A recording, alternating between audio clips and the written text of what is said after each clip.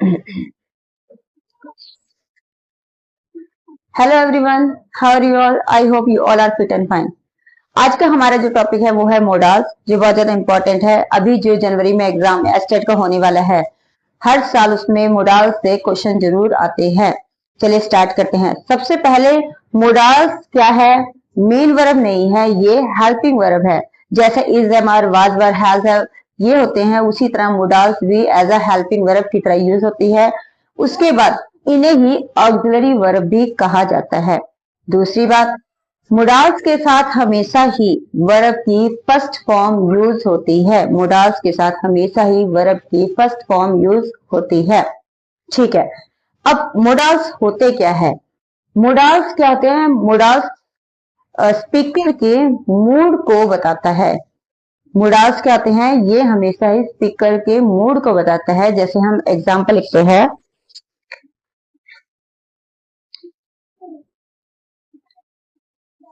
I shall go to school. I must go to school. I used to go to school.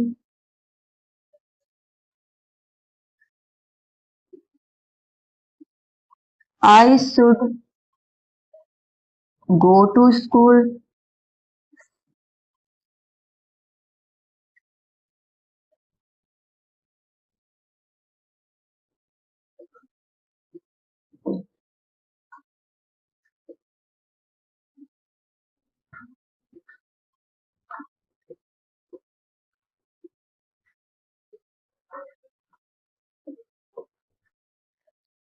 अब ये सारे बिल्कुल same sentence है, बस मैंने चेंज क्या किया है? मैंने मोडाल्स को चेंज किया है। अब देखिए इनका मतलब क्या निकलता है।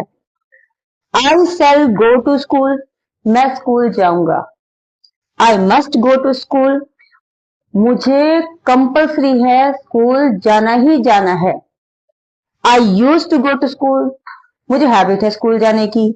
आई शुड गो टू स्कूल, मुझे स्कूल जाना ही चाहिए। मे आई गो टू स्कूल, क्या मैं स्कूल जाऊं? Might I go to school, शायद मैं आज स्कूल जाऊंगा। तो यहाँ पर मैंने एक ही सेंटेंस में अलग अलग मोडाल्स को यूज करके उसके मूड को, यानी बोलने वाले के मूड को बदल दिया। यानी बोलने वाले का जैसा स्वभाव होगा वो वैसे ही मोडाल्स का यूज करके उन्हें आगे यूज कर सकता है या फिर बोल सकता है। तो इसलिए इनको क्या कहा जाता है? ये एक हेल्पिंग वर्ब है, जिनके साथ हमेशा ही वर्ब की फर्स्ट फॉर्म आती है और हमेशा ही स्पीकर के मूड के ऊपर डिपेंड करता है कि वो कौन से मोडाल्स को यूज करेगा। चलिए अब मोडाल्स के कुछ रूल्स है, उनको भी हम समझ लेते हैं, जान लेते हैं।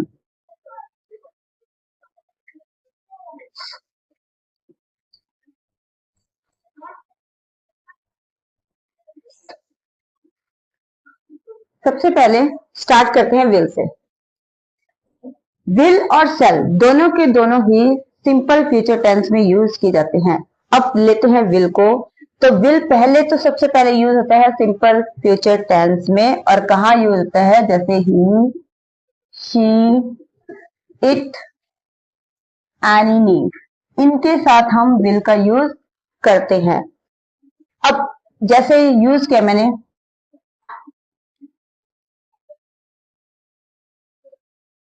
सी will be 40 years next month। She will be 40 years next month। तो हमने सी के अकॉर्डिंग विल का यूज किया है और वो नेक्स्ट मंथ 40 इयर्स की हो जाएगी। नेक्स्ट रूल क्या कहता है? जब भी हमें पोलाइट रिक्वेस्ट की बात करनी हो उस केस में भी हम विल का यूज करते हैं। जैसे will you show me your notebook, क्या तुम मुझे अपनी नोटबुक दिखाओगे? तो यहाँ पर हमने जब हमें रिक्वेस्ट करनी हो उस केस में भी हम विल का इस्तेमाल कर सकते हैं। प्रिडिक्शन, भविष्यवाणी करने के लिए। Your son will become a doctor. अब यहाँ क्या दिखाई दे रहा है, यहाँ भविष्यवाणी की जा रही है, यानी बच्चे के नेचर को देखकर, बच्चे की एक्टिविटी को देखकर हम भविष्यवाणी कर सकते हैं कि हाँ ये बच्चा आगे जाकर डॉक्टर बनेगा, इंजीनियर बनेगा या फिर इंस्पेक्टर बनेगा, उसका नेचर स्वभाव देखकर बता सकते हैं। तो यहाँ क्या आएगा, your son will become a doctor. तो पहला हमने यूज कहा किया सिंपल फ्यूचर टेंस में, वो आप सभी को टेंस में होता है वो पता होगा। किसके साथ करते हैं हम, ही शी इट इनके साथ करते हैं। He she will be 40 years next month. मैं इन सभी के एक ही एग्जाम्पल लूंगी, वरना हम मेरी जो वीडियो है ये बहुत लंबी हो जाएगी। नेक्स्ट है पोलाइट रिक्वेस्ट, जब हमें रिक्वेस्ट करनी हो उस केस में भी हम विल का यूज कर सकते हैं। फिर है प्रिडिक्शन, जब हमें भविष्यवाणी करनी होती है तब भी हम इसका इस्तेमाल करते हैं।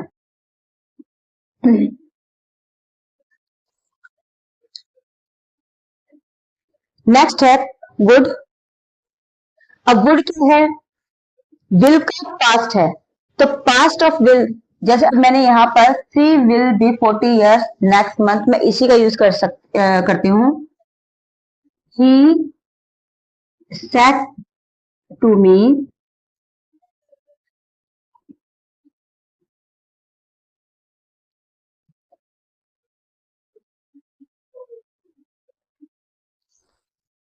एक मिनट इसे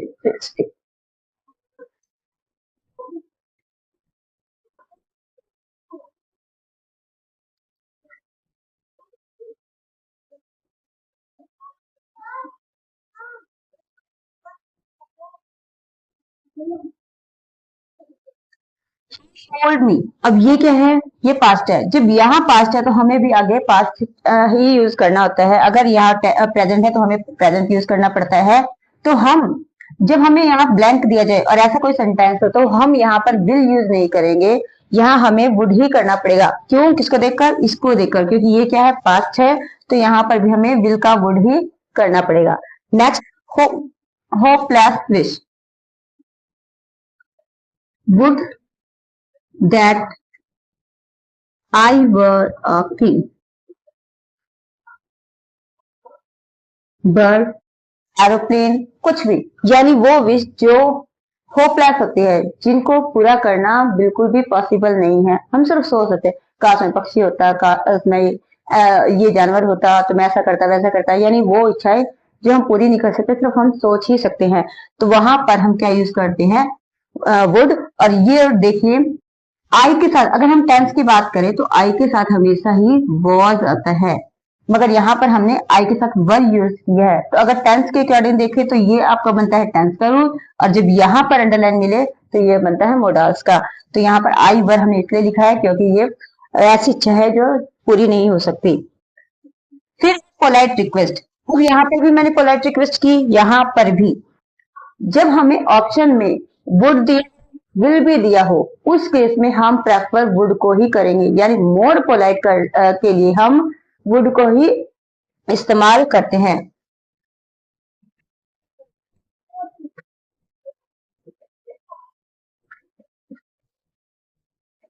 would you please help me, क्या आप मेरी हेल्प करेंगे। फिर से सुन लीजिए, यहाँ पर हमने सिंपल फ्यूचर टेंस में विल का इस्तेमाल किया था। विल का इस्तेमाल ही शी इट इनके साथ किया जाता है, और आई और वी के साथ सेल का इस्तेमाल किया जाता है।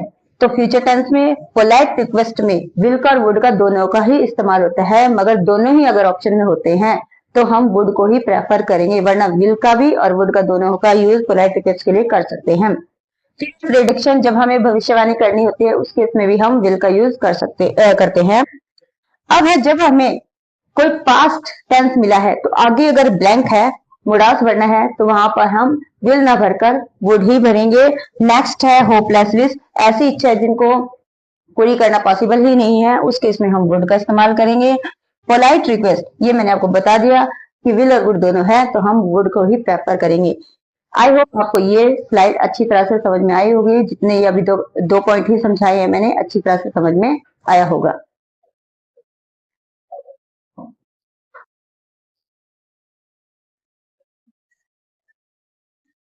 नेक्स्ट है सेल का इस्तेमाल।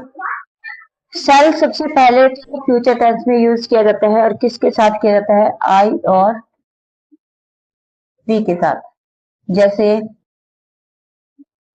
आई shall be 35, I shall be 35 next month, कि नेक्स्ट मंथ मैं 35 ईयर्स का हो जाऊंगा, यानी फ्यूचर को बता रहा है। नेक्स्ट, जब हमें किसी को वार्निंग देनी हो उस केस में भी हम shall का इस्तेमाल करते हैं।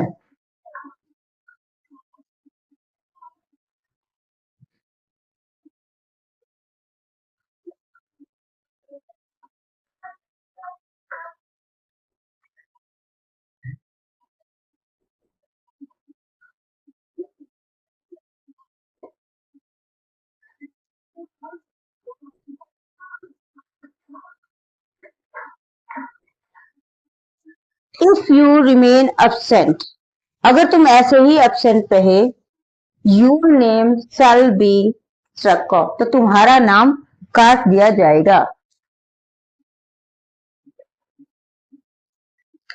तो यहाँ पर हमें दिखाई दे रहा है कि यहाँ पर क्या है, वार्निंग दी जा रही है, उसे एक तरह से धमकी दी जा रही है, तो उस केस में भी हम shall का यूज करते हैं। नेक्स्ट है, जब हमें किसी को सजेशन देना है, shall we go for picnic, क्या हम पिकनिक के लिए चले। नेक्स्ट है प्रोहिबिशन। प्रोहिबिशन का मतलब होता है किसी चीज के लिए मना करना, रोक टोक करना, यानी बिल्कुल ही पाबंदी है एक तरह से, उसके लिए भी हम यूज करते हैं।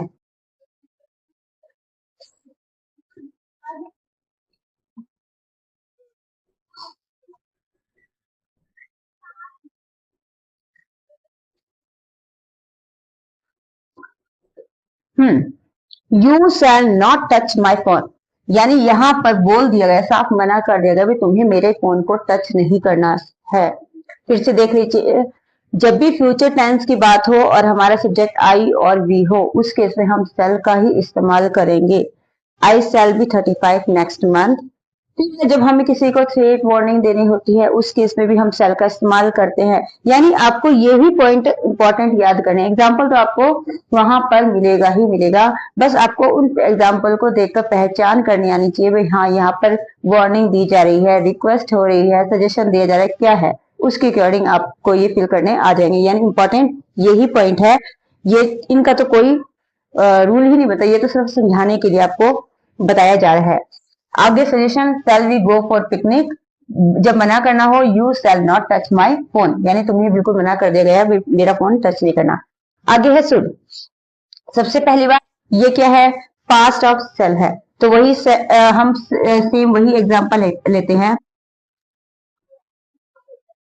My teacher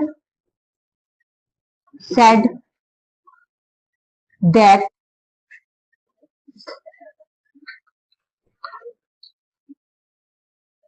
I should be 35 next month, कि मैं 35 का हो जाऊंगा। अब यहाँ पर हमने पास्ट क्यों किया है, क्योंकि यहाँ पर पास्ट है, जब यहाँ पास्ट है तो हमें आगे भी पास्ट ही फिल करना है। नेक्स्ट है एडवाइस। जब भी एडवाइस सजेशन दिया जाता है तो यहाँ पर शुड का इस्तेमाल किया जाता है।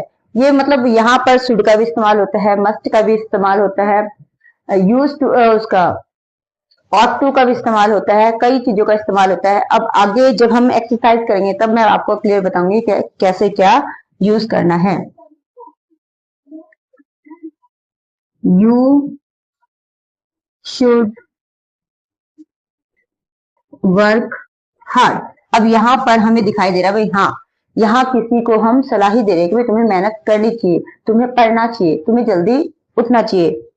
यू शुड, या फिर हम मान लीजिए इसको हटाकर you should get up early in the morning, हम ये भी लिख सकते हैं, यानी यहाँ पर भी हम एडवाइस ही दे रहे हैं। अगर मान लो मैं ये ना लिखूं तो आफ्टर लिस्ट, जब लिस्ट का यूज होता है तो ये एक पहचान है, एक कीवर्ड है कि लिस्ट के साथ हमेशा शुड का ही इस्तेमाल होता है।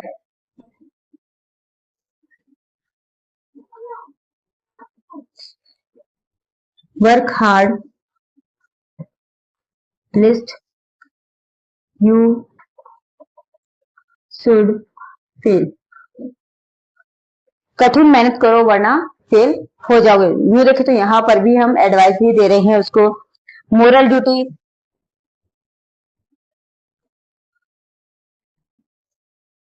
You should respect your elders, parents, country. हम कुछ भी लिख सकते हैं यहाँ पर, यानी एक तरह से एडवाइस, मोरल ड्यूटी ये होती क्या है, जो हमें रेगुलर हमारा नैतिक कर्तव्य होता है। जब भी इस ऐसे कोई वर्ड्स हो तो वहां पर हमें शुड का इस्तेमाल करना होता है, और मोडाल्स में शुड बहुत ज्यादा इंपॉर्टेंट है, इससे क्वेश्चन जरूर आते हैं। चलिए नेक्स्ट पॉइंट और करते हैं।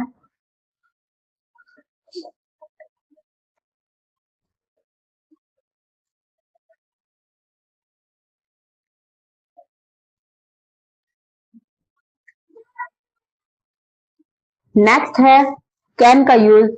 कैन का यूज एबिलिटी, कैपेसिटी इनके लिए किया जाता है। तो देखते हैं एबिलिटी।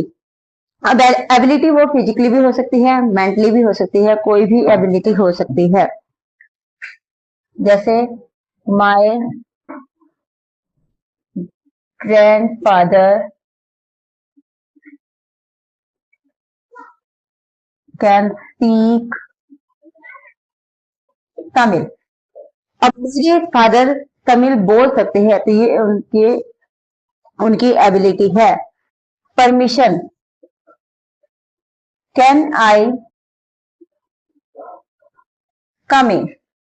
अब परमिशन दो तरह से बनती है, एक फॉर्मल और इनफॉर्मल। फॉर्मल परमिशन तब होती है जब हम अपने मतलब किसी ऑफिस में काम करते हैं, कहीं स्कूल में काम करते हैं, तो हम अपने सीनियर ऑफिसर से जब हमें परमिशन मांगनी होती है, उस केस में हम मे का यूज करते हैं। यानी परमिशन के लिए दो वर्ड यूज किए जाते हैं, एक तो मे और एक कैन। मे का इस्तेमाल फॉर्मल परमिशन के लिए यूज किया जाता है, और कैन का इस्तेमाल जब हम अपने फ्रेंड से, जूनियर कलीग से, इनसे जब हमें परमिशन मांगनी होती है तब हम कैन का इस्तेमाल करते हैं। ठीक है, नेक्स्ट पॉसिबिलिटी। पॉसिबिलिटी हर कोई गलती कर सकता है, anyone can make mistake, dogs can be trouble from. तो ये पॉसिबिलिटी हो भी सकता है, नहीं भी हो सकता है। तो यहाँ पर कैन का यूज होगा जब एग्जाम में जो क्वेश्चन बनते हैं वो ज्यादा यहाँ से और यहाँ से क्वेश्चन बनने की संभावना इनकी रहती है। नेक्स्ट है कुड। सबसे पहले तो यही कि ये कैन का पास्ट होता है। जब भी हमें पास्ट वर्ब आगे दिखाई देती है तो हमें वहां पर नेक्स्ट कुड ही फिल करना होता है। जैसे ही आस्क्ड मी, तो ये क्या है, पास्ट है। जब ये पास्ट है तो हमें यहाँ पर भी कुड ही यूज करना है। He asked me if I could come in. Ability in the past. अब ability when I was young, I can jump, swim, कुछ भी। जब मैं जवान था उस वक्त मैं जंप भी लगा सकता था, स्विम भी कर सकता था, यानी मेरी एबिलिटी तो थी, मगर कब की, जब मैं छोटा था। Request, can you please help me. कहेंगे कि पोलाइट रिक्वेस्ट के लिए हमने कितने सारे वर्ड यूज कर लिए हैं, मगर ये हम आंसर ऑप्शन के अकॉर्डिंग देंगे कि ऑप्शन में हमें मिलता क्या है। अगर ऑप्शन में हमें विल भी मिले, कैन भी मिले, वुड भी मिले, तो हम ज्यादा प्रेफर वुड को ही करते हैं। तो पोलाइट रिक्वेस्ट के लिए वुड का यूज होगा। अगर ये वुड नहीं मिलता तो वहां पर देखना पड़ेगा ऑप्शन में क्या वर्ड दिया जाता है। आई होप आपको आज का सेशन अच्छा लगा होगा। अगर हमारा समझाया हुआ आपको समझ में आ रहा है तो प्लीज हमारे चैनल को सब्सक्राइब कीजिए, कमेंट कीजिए, लाइक कीजिए। Thank you for watching this video.